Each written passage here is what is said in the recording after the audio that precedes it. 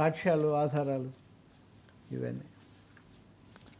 Sir Payyavula versus బుగ్గన ఏది అంత నిజం? ఈ ఫైల్ తీసేది. పయ్యావుల ప్రస్తుత ఆర్థిక మంత్రి, బుగ్గన సరే గత ఆర్థిక మంత్రి, సభా వ్యవహారాల మంత్రి తరచు. మొన్న బుగ్గన మీడియాతో మాట్లాడారు. మేము అప్పులు చేసాం చాలా అన్నారు. ఈ ఒక్క ఏడాది లోపలే మాకంటే చాలా ఎక్కువ అప్పులు చేశారు, ఈ డబ్బులని కూడా ఏమయ్యాయి అని ఆయన ఒక సవాలు విసిరారు. ఇంకా రెండోది ఆయన ముఖ్యంగా చెప్పింది ఎండిసి గనుల దీని ద్వారా మీరు బాండ్లు విడుదల చేశారు, 9,000 కోట్ల పైన అప్పు తెచ్చారు. ఈ బాండ్ల మీద అప్పు తీసుకుంటే మీకు అవసరమైతే మీరు నేరుగా గనుల శాఖ నుంచి ప్రభుత్వ నిధులు కూడా మీరు తీసేసుకోవచ్చు అన్న పద్ధతిలో మీరు దాంట్లో అనుమతి ఇచ్చారు. ఇది ఎలా ఇస్తారు? ఇది రాజ్యాంగ విరుద్ధం, కోర్టులు చెప్పిన దానికి, హైకోర్టుకు మీరు చెప్పిన దానికి కూడా విరుద్ధం అని ఆయన ఒక ఆరోపణ చేశారు. చాలా తీవ్రమైంది. మేమేదో బాండ్లు ప్రభుత్వేతర సంస్థల ద్వారా చాలా అప్పులు తెచ్చామన్నారు కదా, మీరు ఏపీఎండిసి ద్వారా అనుసరించిన ఈ పద్ధతి ప్రభుత్వ నిధుల మీద ప్రైవేటు వ్యక్తులకు, రుణదాతలకు అధికారం కల్పించే విధంగా ఉంది అని ఆయన చేసిన ఆరోపణ. ఇది అయిన తర్వాత నిన్న అదే ఈ ఊపులో పయ్యావుల నిన్న మాట్లాడుతూ అసలు రాష్ట్రానికి వ్యతిరేకంగా ద్రోహం జరిగింది, కుట్ర జరిగింది, ఈ బాండ్లలో మీరు డబ్బులు పెట్టకండి అని ఒక వ్యక్తి, అతని పేరు ఏదో ఉంది, అతను 200 ఈమెయిల్స్ పంపించాడు ఇన్వెస్టర్స్కు, లేకపోతే ఇవి కొనుగోలు చేసే వాళ్లకు. ఆయన జగన్ బొమ్మ ఉంది ఆయన పెట్టిన దాని మీద. కాబట్టి వైసీపీ వాళ్ళు రాష్ట్రానికి అప్పులు రాకుండా, నిధులు రాకుండా వీళ్ళు అడ్డుపడుతున్నారు, పెద్ద కుట్ర, ద్రోహం జరుగుతుంది, దీన్ని రాజ్యాంగ ద్రోహం కింద కూడా తీసుకోవాలి అని పయ్యావుల నిన్న ఆరోపణ చేశారు.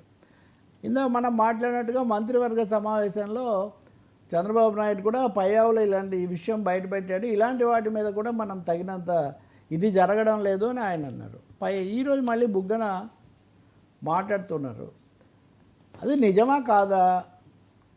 ఆ నిధులు అలా తీసుకుంటే మీకు అవసరమైతే మీరు నేరుగా ప్రభుత్వ నిధుల్లోంచి తీసుకోవచ్చు అనే ఒక అంశం దాంట్లో ఉంది. అదే ఎలా ఇస్తారు?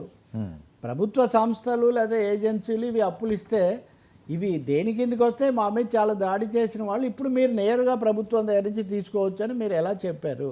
కాబట్టి ఆర్థిక పరిస్థితి ఘోరంగా ఉండటమే కాకుండా పద్ధతి, మీరు ఇదివరకు అమరావతికి కూడా అమరావతి బాండ్స్ అని విడుదల చేశారు. వాటికి 10% 10+% మీరు వడ్డీ ఆఫర్ చేశారు. ఇప్పుడు ఈ ఏపీఎండిసి బాండ్స్కి అసలు వడ్డీ విషయం అస్పష్టంగా ఉంది.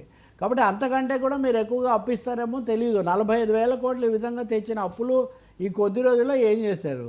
మేము సంక్షేమ పథకాలు ఏమైనా చాలా ఎక్కువ పెడుతున్నామని మాకంటే ఎక్కువ పెట్టారు, అవి అనేకం రాలేదు. సో ఆర్థిక రంగంలో ఒక విధంగా పయ్యావుల వర్సెస్ బుగ్గన సవాల్లాగా ఇది తయారైంది. సరే, ద్రోహాలు ఇట్లాంటి రాజకీయ పరిభాష ఎట్లా ఉన్నా కానీ ప్రజలకైతే పూర్తి నిజాలు తెలియాల్సిన అవసరం మటుకు ఒకటి ఉంది. ఫిర్యాదులు చేయటం అంటారా? ఓకే, వైసీపీ ఉన్నప్పుడు తెలుగుదేశం వాళ్ళు కేంద్రానికి ఫిర్యాదులు చేసేవాళ్ళు, వీళ్ళు వచ్చినప్పటి నుంచి వాళ్ళు ఫిర్యాదులు చేస్తున్నారు, ప్రపంచ బ్యాంకుకి చేస్తుంటారు, ఇవి జరుగుతూ ఉంటాయి. దీన్ని నిజంగా రాజ్యాంగ ద్రోహం అని పెట్టడానికి చట్టం ఒప్పుకుంటుందా లేదా? అవన్నీ రాజకీయ కోవిదులు, దురంధరులు వాళ్ళు చూసుకుంటారు. కానీ ప్రజలకైతే మటుకు అప్పుల గోళ అయితే తప్పట్లేదు. ఈ అప్పులు భారీగా, మేము చేసిన అప్పులేమో ఎక్కువగా చూపించారు, మేము చేస్తే తప్పు, మీరు చేస్తే గొప్పనా? మీరు చేసేవాడికి అసలు జవాబుదారీతనం లేదు. అమరావతికి సంబంధించి మీరు తెచ్చిన ప్రపంచ బ్యాంక్ అప్పుల్లో 900 కోట్లు మీరు డైవర్ట్ చేశారని కూడా ఆరోపణలు ఉన్నాయి. ఇదివరకు అది కూడా వాళ్ళు చెప్తున్నారు. కాబట్టి ఆర్థిక విషయాల్లో ఐ థింక్ శ్వేతపత్రం ప్రకటిస్తుంటారు కదా, మామూలుగా అంతకుముందు చాలా ప్రకటించారు, ఇప్పుడు శ్వేతపత్రం ప్రకటిస్తే చాలా బాగుంటుంది. అప్పుల మీద అప్పుడు శ్వేతపత్రం అడిగారు కదా, ఇప్పుడు కూడా ఒక శ్వేతపత్రం ప్రకటిస్తే మనం ముందు మనలాంటి వాళ్ళకు కొంచెం క్లారిటీ వస్తుంది, ఏది మాట్లాడాలి, ఏది ఎంతవరకు నిజమని. అయితే ఎవరికి తోచిన వెర్షన్ వాళ్ళు చెప్పుకుంటూ పోతే ఇద్దరు కూడా కేంద్రాన్ని ఏమనరు, మళ్ళీ అదొక కామన్ ఫ్యాక్టర్. కేంద్రాన్ని మటుకు చాలా జాగ్రత్తగా విధేయతతో కాపాడుతూ ఉంటారు. అది ప్రశ్న ఇక్కడ. ఇంకోటి, మీరు కేంద్రంతో ఇది సంబంధాలు ఉండి మా మీద ఆధారపడిందని చెప్పుకుంటూ మీరు ఎందుకు తెచ్చుకోలేకపోతున్నారు అని కూడా బుగ్గన అడుగుతున్నారు. గతంలో యనమల రామకృష్ణుడు ఇట్లాంటి వాటికి జవాబు చెప్తుండేవాళ్ళు.